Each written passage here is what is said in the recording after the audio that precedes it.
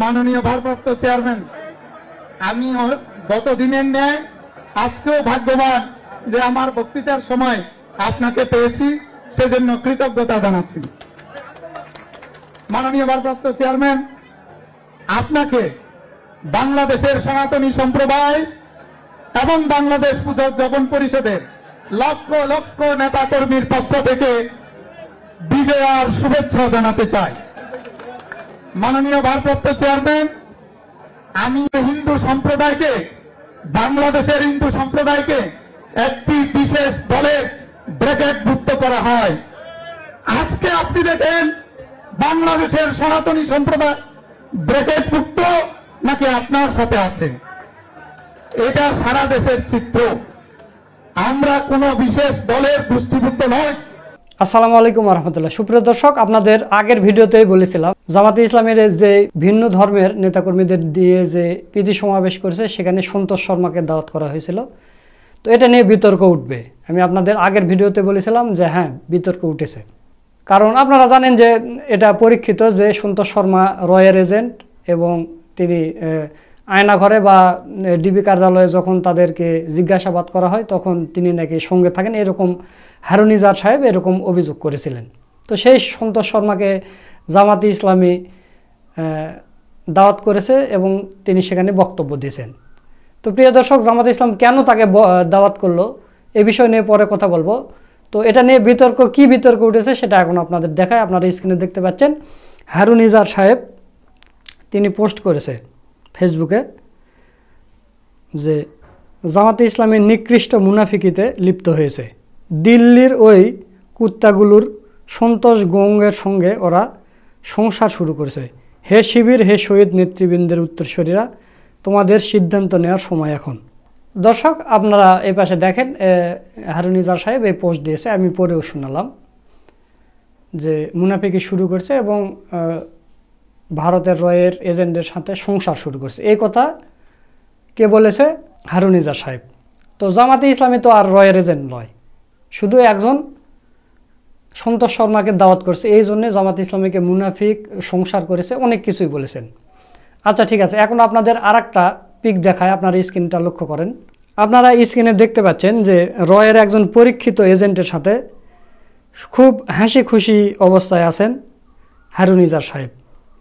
তো এটা নিয়ে অনেকে অনেক কিছু বলা বলি করতেছে। আমি দুইজনের পোস্ট আপনাদের একটু পড়ে শোনাবো। এটা আমার মন্তব্য নয়, ফেসবুকে পোস্ট করছে, আমি পড়ে শোনাবো। আপনারা এই পাশে দেখেন, শ্রদ্ধেয় হারুনিজার সাহেবকে বলছি, আপনি মুফতি সাহেব, আপনার জ্ঞান যুক্তি অনেকের চাইতে বেশি।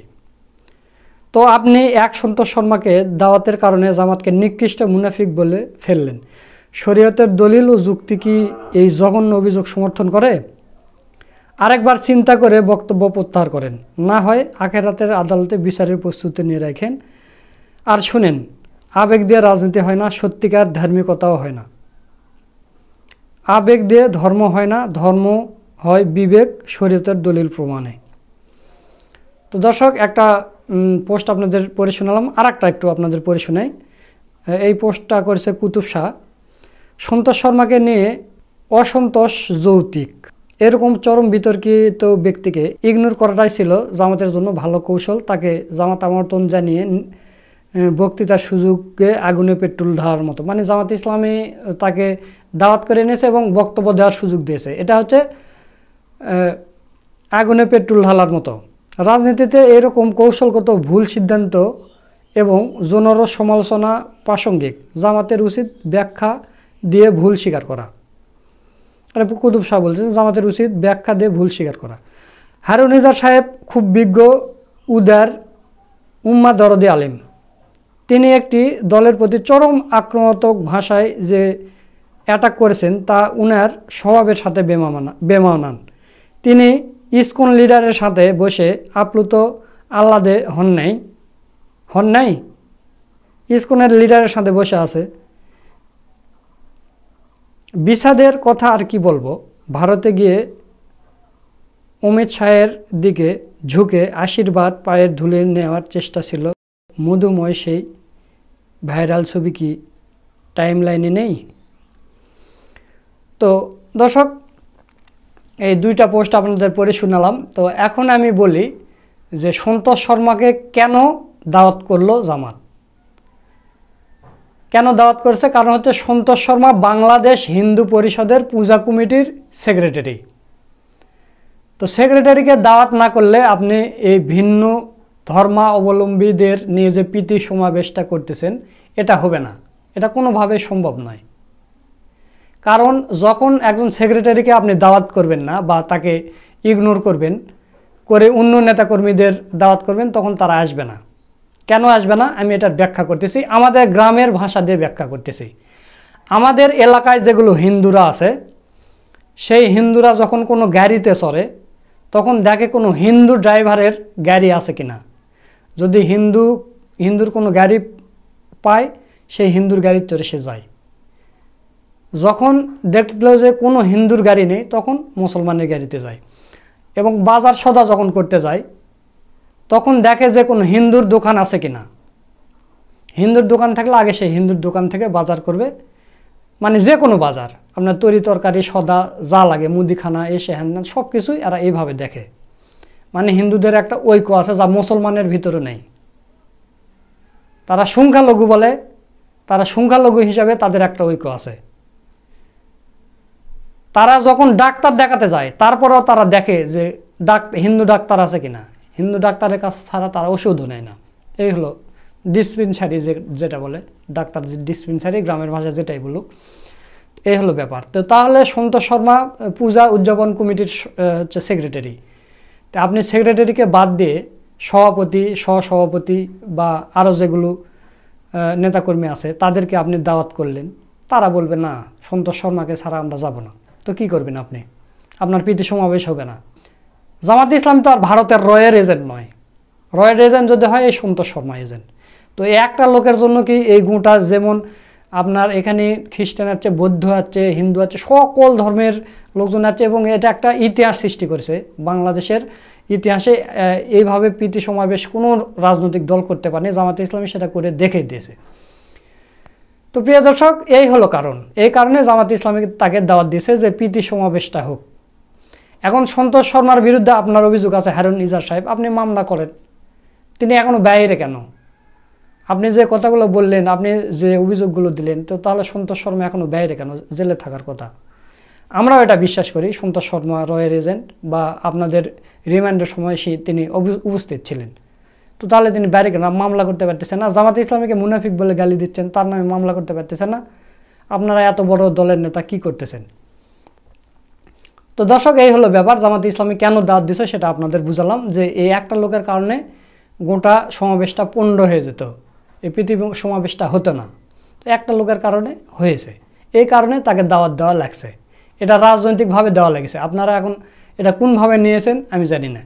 তো দর্শক, সেখানে সন্তোষ শর্মা কি বক্তব্য দিয়েছে এটাও একটা বোঝার বিষয় আছে। তো সেই বক্তব্যটা আপনাদের এখন শোনাবো। তো চলুন আমার সন্তোষ শর্মার সেই বক্তব্যটা এখন শোনাবো। আমি আগের ভিডিওতে বলেছি যে সন্তোষ শর্মাকে আমি পছন্দ করি না, এই লোক বিতর্কিত লোক, এর ভিডিও আমি দেখাবো না, আমি আগের ভিডিওতে বলেছি। তো যেহেতু এটা নিয়ে বিতর্ক উঠেছে, এখন সন্তোষ শর্মার বক্তব্যটা আপনাদের শুনতে হবে। আপনাদের প্রতি অনুরোধ রইল, আপনার সন্তোষ শর্মার বক্তব্যটা শুনে যাবেন। তো চলুন বক্তব্যটা শুনে আসি। সম্মানিত অতিথিবৃন্দ, আমাদের সামনে এ পর্যায়ে কথা বলার জন্য অনুরোধ করছি বাংলাদেশ পূজা উদযাপন কমিটির সাধারণ সম্পাদক, কালবেলার সম্মানিত সম্পাদক জনাব সন্তোষ শর্মা। শুভ সন্ধ্যা।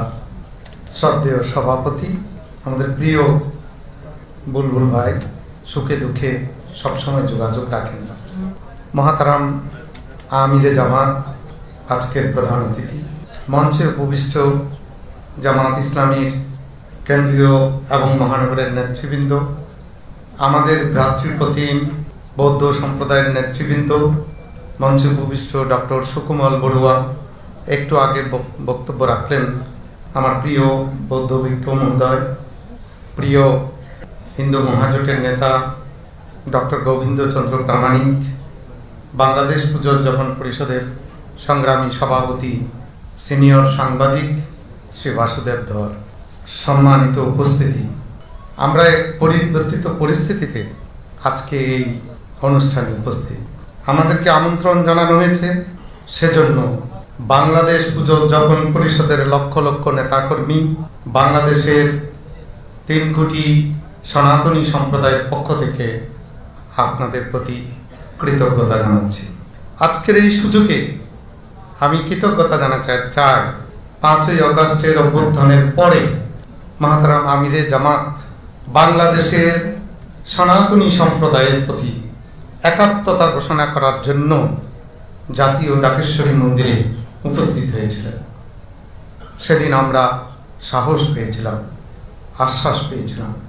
আমরা লক্ষ্য করেছি 5 তারিখের পরে 8 তারিখ পর্যন্ত কোনো সরকার ছিল না, কিন্তু আমি আজকে কৃতজ্ঞতা জানাতে চাই অন্যান্য রাজনৈতিক দলের নেতাকর্মীদের মতো জামাত ইসলামী বাংলাদেশের নেতাকর্মীরা আমাদের সম্প্রদায়ের লোকদের রক্ষা করার জন্য, আমাদের ধর্মীয় প্রতিষ্ঠান রক্ষা করার জন্য আত্মনিয়োগ করেছিলেন।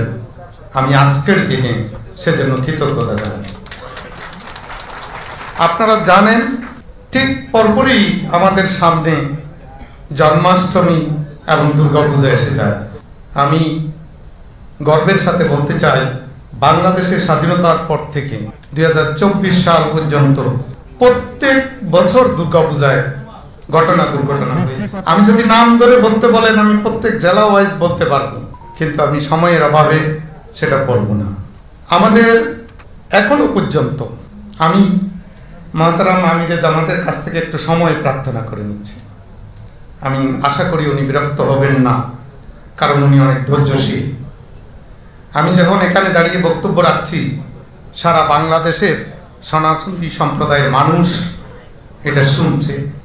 আমি সেজন্যই সারা বাংলাদেশের সনাতনী সম্প্রদায়ের মানুষের চাওয়া পাওয়ার কথা আপনার সামনে তুলে ধরতে চাই। কারণ আপনি যদি জানতে পারেন আমাদের চাওয়া পাওয়া, তাহলে আপনারা সেভাবে ভবিষ্যতের জন্য পরিকল্পনা করতে পারবেন। আমি আজকের দিনে আপনার প্রতি কৃতজ্ঞতা জানাতে চাই। যখন পঞ্চগড়ে নৌকাডুবি হয়ে আমাদের শতাধিক লোক মারা যায়, প্রত্যেকটি পরিবারের সেদিন দায়িত্ব নিয়েছিল জামাত ইসলামী বাংলাদেশ। আমি কৃতজ্ঞতা জানাতে চাই এই এক মাস আগে আমার বরগুনায় একটা মেয়ের বাবাকে হত্যা করা হয়েছে, সেই পরিবারের দায়িত্ব নিয়েছেন জামাত ইসলামী বাংলাদেশ। আমি বাংলাদেশের এরকম অনেক উদাহরণ দেওয়া যাবে। এই পূজার সময় আমি বলবো, দুর্গাপূজার সময় আপনাদের নেতৃবৃন্দ আমাদের প্রত্যেকটি পূজা মণ্ডপে পাহারা দিয়েছে। এই সুযোগে আপনার কাছে আমি একটা আবেদন রাখতে চাই। এটা আপনাদের দলীয় সিদ্ধান্ত, আপনাদের দলীয় সিদ্ধান্তের ব্যাপারে আমাদের কিছু বলার নাই, কিন্তু আমাকে ওই এলাকার হিন্দু সম্প্রদায়ের লোকজন অনুরোধ করেছেন যাতে আপনার কাছে আমি এই আবেদনটুকু রাখি। সেটি ঝিনাইদহের কোটচাঁদপুর মহেশপুরের আপনাদের একজন নেতাকে আপনারা দল থেকে বহিষ্কার করেছেন, কিন্তু আমার হিন্দু সম্প্রদায়ের লোকদের কাছে তিনি অতি আপনজন। তারা তাকে সুখে দুঃখে পেয়েছেন, তারা খুব ভালোবাসেন। আমি আপনাদের দলীয় ব্যাপারে আমার কিছু বলার নেই, তবু আমি আবেদন রাখবো বিষয়টি যদি বিবেচনা করা যায়, কারণ ওনারা আমাকে রিকোয়েস্ট করেছেন, আমার সম্প্রদায়ের লোকজন। এগুলো বলার অর্থ হচ্ছে আপনারা আমাদের পাশে থাকবেন, আছেন, ছিলেন। আমরা চাই বুলবুল ভাই আজকে যে বক্তব্যটি রেখেছেন, আমি পুরো বক্তব্যের সাথে একমত ঘোষণা করেছি। এবার আমি আসি আমাদের কথাবার্তায়। বাংলাদেশের হিন্দু সম্প্রদায়ের এখন প্রাণের দাবি 8 দফা। আমরা আশা করব এই 8 দফা দাবি আপনাদের নির্বাচনী ম্যানিফেস্টো, আপনাদের ভবিষ্যৎ পরিকল্পনায় অন্তর্ভুক্ত হবে। আমি 8 দফা ব্যাখ্যা করতে যাচ্ছি না, আমি আপনাকে জানাতে চাই এই 8 দফা মূলত ছিল 5 দফা। 5ই আগস্টের পরে এসে 8 দফা হয়েছে। এই যে 5 দফা ছিল, আমি দুঃখের সাথে বলতে চাই আপনাকে, 2018 সালের নির্বাচনের সময় যারা ক্ষমতায় আসলেন তাদের নির্বাচনী ম্যানিফেস্টোতে ছিল যে এই 5 দফা পূরণ করা হবে। আমরা 5 বছর দুঃখের সাথে লক্ষ্য করলাম আমাদের একটি দফাও পূরণ করা হয়নি। কিন্তু আমাদের সম্প্রদায়ের লোকরা তাদেরকেই ভোট দেয়। আরো বলতে চাই, 24 সালের নির্বাচনেও তাদের নির্বাচনী ম্যানিফেস্টোতে সেই একই 5 দফা ছিল, কিন্তু 6 মাসের মধ্যে একটি দফা পূরণের আয়োজন আমরা দেখতে পাইনি। এগুলো আমাদের বঞ্চনার ইতিহাস। আমরা 53 বছর ধরে বঞ্চিত। আমরা আরেকটি দুঃখের কথা বলতে চাই, 53 বছর ধরে বাংলাদেশে আমাদের সম্প্রদায়ের লোকদের উপর যখনই কোনো নির্যাতন নিপীড়ন হয়েছে, মাহতারাম আমিরে জামাত আজকে আপনার সামনে বলতে চাই, একটি ঘটনারও আমরা বিচার পাইনি। এই যে বিচারহীনতার সংস্কৃতি, কোন ঘটনার যদি বিচার না হয় তাহলে তো ঘটনা বাড়বেই। তাহলে এদেশে আপনাদের ভাষায় ভিন্ন ধর্মাবলম্বী আমরা নিরাপত্তাহীনতায় ভুগবো, আমরা আতঙ্কে থাকবো, আশঙ্কায় থাকবো, এটাই স্বাভাবিক।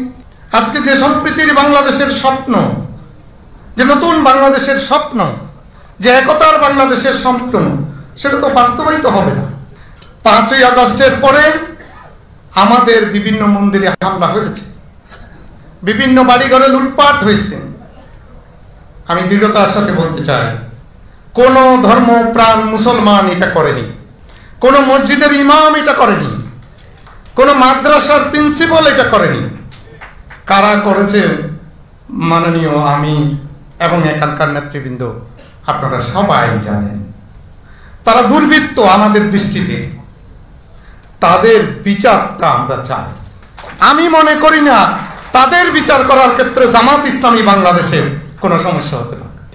আমরা যে 8 দফার কথা বলেছি, সেখানে যে শত্রু সম্পত্তি, অর্পিত সম্পত্তি, আগের সরকার 15 বছর ধরে আমাদেরকে আশা দিয়ে কোনোদিন পূরণ করে নেয়, কারণ তাদের পক্ষে অসুবিধা আছে। আমরা বিশ্বাস করতে চাই জামাত ইসলামীর সেটা অসুবিধা হবে না। আমাদের এই 8 দফা মেনে নিতে জামাত ইসলামীর কোনো সমস্যা হবে না।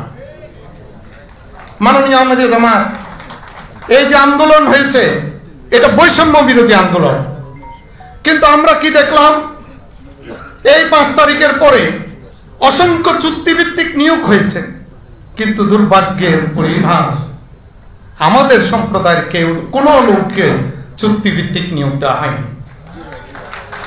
বিশ্ববিদ্যালয়ে কোথাও একজন বিসি, একজন প্রো বিসি, একজন রেজিস্ট্রার কোথাও দেওয়া হয়নি। এটা কি বৈষম্য নয়? আমরা আপনাদের কাছে আস্থা রাখতে চাই যে আপনারা এই করবেন না, আমাদের দিকে দৃষ্টি রাখবেন। আমি বলতে চাই, 5 তারিখের পরে হঠাৎ করে কিছু পুলিশ অফিসারের চাকরি গেছে, সেখানে আমাদের সনাতনী সম্প্রদায়ের একটা বড় অংশ চাকরি হারা হয়েছে। 43তম বিসিএসে অনেককে চাকরিতে যোগদান করতে দেওয়া হয়নি, সেখানে আমাদের সনাতনী সম্প্রদায়ের একটা বড় অংশ বঞ্চিত হয়েছে। মাননীয় আমিরে জামাত, আমাদের বিভিন্ন মিডিয়াতেও সাংবাদিকরা চাকরি হারা হয়েছে আমাদের সম্প্রদায়ের। মাননীয় আমিরে জামাত, আপনার কাছে বলতে চাই, যদি এভাবে চাকরিচ্যুত হয়, চাকরি না পায়, পোস্টিং না পায়, তাহলে গোটা সম্প্রদায়ের মধ্যে একটা অনিশ্চয়তা দেখা দেয়, একটা আতঙ্ক দেখা দেয়। আমি আশা করি আপনি বিষয়টা সহৃদয়তার সাথে বিবেচনা করবেন। আমরা কি চাই? আমরা নিরাপত্তা চাই। আজকে যারা উদ্বোধনী সঙ্গীত গেয়েছেন, আমার প্রাণটা ভরে গেছে, যে ভেদাভেদহীন, বৈষম্যহীন, আমরা এক ছাতার নিচে, এক সূর্যের নিচে, এক আকাশের নিচে, আমরা একই প্রভুর সৃষ্টি। কে গড়ে হাই দেয়ালে সম্ভবে, যার কারণে মানুষ পড়ে বিষম গেড়া কলে। একই প্রভুর সৃষ্টি, থাকি এক আকাশের তলে, বাঁচি মরি আমরা সবাই একই অন্ন জলে।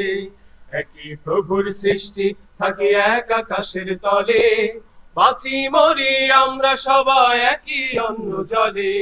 কি সুন্দর কথা, আমরা সেটার বাস্তবায়ন চাই। মাননীয় আমিরে জামাত, আমি পূজা পরিষদের পক্ষ থেকে গত জানুয়ারি এবং ফেব্রুয়ারিতে সারা বাংলাদেশে 8টি বিভাগে প্রতিনিধি সভা করেছি।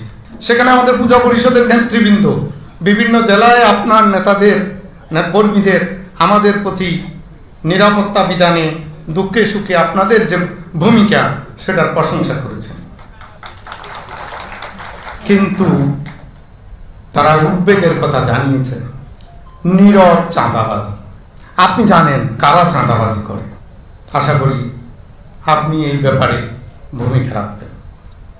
5ই আগস্টের পরে আমাদের সনাতন ধর্মের অসংখ্য শিক্ষককে শিক্ষা প্রতিষ্ঠান থেকে বের করে দেওয়া হয়েছে। এই আমি এখন বক্তব্য রাখতেছি 3 দিন আগে সীতাকুণ্ডুতে একজন শিক্ষককে জোরপূর্বক স্কুল থেকে বের করে দেওয়া হয়েছে। তাহলে তো এই সম্প্রদায় আজকে 3 কোটি মানুষ আতঙ্কমুক্ত হতে পারবে না।